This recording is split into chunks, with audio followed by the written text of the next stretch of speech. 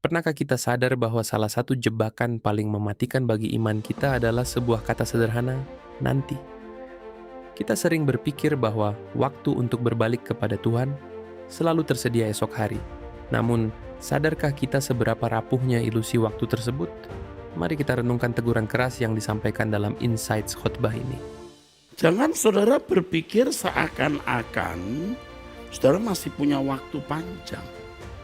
Orang yang selalu berpikir bahwa dia akan selalu masih memiliki waktu untuk bertobat dan berubah, dia tidak pernah bertobat dengan sungguh-sungguh dan pasti tidak pernah mengalami perubahan yang benar. Tetapi kalau seseorang berpikir bahwa ia tidak akan memiliki waktu lagi, maka dia akan bertobat dengan sungguh-sungguh dan mengalami perubahan. Orang tuh selalu berpikir, pada umumnya orang berpikir bahwa selalu masih ada waktu untuk bertobat dan berubah. Dia tidak pernah bertobat dengan sungguh-sungguh dan tidak pernah mengalami perubahan. Saudara yang sungguh-sungguh berpikir bahwa tidak akan ada waktu lagi untuk bertobat dan berubah, itu pun akan mengalami jatuh bangun, saudara. Sudah bertobat salah lagi, bisa. Bertobat salah lagi, bisa. Terus. Jadi kita harus benar-benar memperkarakan apakah manusia seperti ini layak ya masuk kerajaan surga. Jadi ibarat begini saudara, kita dari satu tempat yang kotor ya, melalui got, jalan comberan, berantakan ya, bau lagi karena lewat got, jalan yang bercampur dengan sampah, busuk baunya, nempel di tubuh.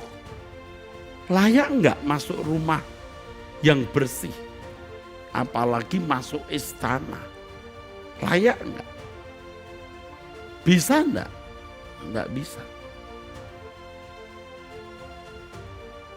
Makanya harus membersihkan diri. Pesan ini menampar kedagingan kita. Musuh tidak perlu membuat kita membenci Tuhan. Dia hanya perlu membisikkan bahwa kita masih punya banyak waktu untuk bermain-main dengan dosa. Padahal, kekristenan yang sejati tidak mengenal kata besok.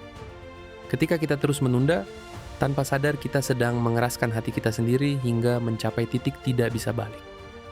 Sahabat, jika hari ini Roh Kudus masih mengetuk hatimu, jangan tunggu esok. Berbaliklah sekarang selagi anugerahnya masih menyertai kita. Jangan nanti deh saya periksa diri saya. Nanti deh saya bertobat, nanti deh saya berubah. Anda tidak akan pernah berubah kalau berpikir bahwa selalu ada waktu untuk bertobat dan berubah. Yang benar akan tidak ada waktu untuk bertobat dan berubah. Supaya kita bertobat dan berubah mulai sekarang.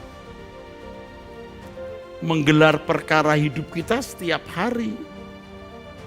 Mumpung tidak lupa, kalau yang kita sudah lupa ya kita akan minta ampun, Tuhan ampuni dosa-dosaku karena aku telah melakukan kesalahan. Ampunilah kesalahanku ya Tuhan. Ya, tetapi apa yang kita lakukan sepanjang hari itu pasti kita ingat. Kita merajut, kita menyulam kekudusan dari apa yang berlangsung di hari-hari hidup kita saat ini. Satu hari yang kita lakukan pasti jelas.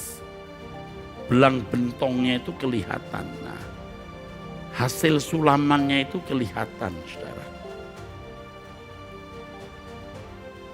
Besok begitu lagi. Jadi setiap kali itu kita menyelesaikan.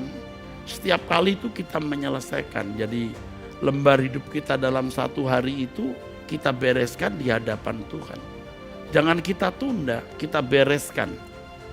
Ya kita perkarakan, istilah saya gelar perkara di hadapan Tuhan. Kalau jelas salah mengakui kesalahan itu lalu minta ampun. Dan pengakuan dosa, permintaan ampun itu sekaligus komitmen tidak melakukan kesalahan yang sama. Besok kita menggelar perkara lagi, setiap hari kita gelar. Nanti akan nyata perubahan kesucian hidup itu, saudara. Akan nyata sekali. Setiap hari yang kita lalui sebenarnya adalah selembar kain yang sedang kita sulam. Pertanyaannya, seperti apa hasil sulaman hidup kita di mata Tuhan hari ini? Ada sebuah kebiasaan spiritual penting yang sering kita lupakan sebelum memejamkan mata di malam hari. Menggelar perkara di hadapan Tuhan berarti kita berani jujur dan telanjang di takhtanya setiap malam.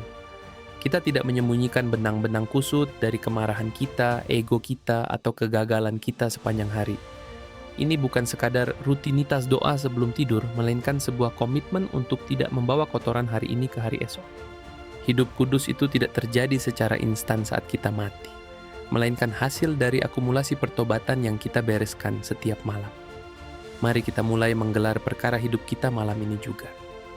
Ayo kita berpikir dengan nurani yang bersih, dengan roh yang lemah lembut, kita memeriksa hidup kita.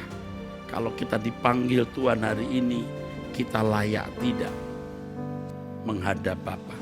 Kalau dulu saya masih bercita-cita, mimpi, yang memiliki gereja besar, kalau jadi ketua sinode, anggota gereja lokalnya banyak, aset gereja banyak.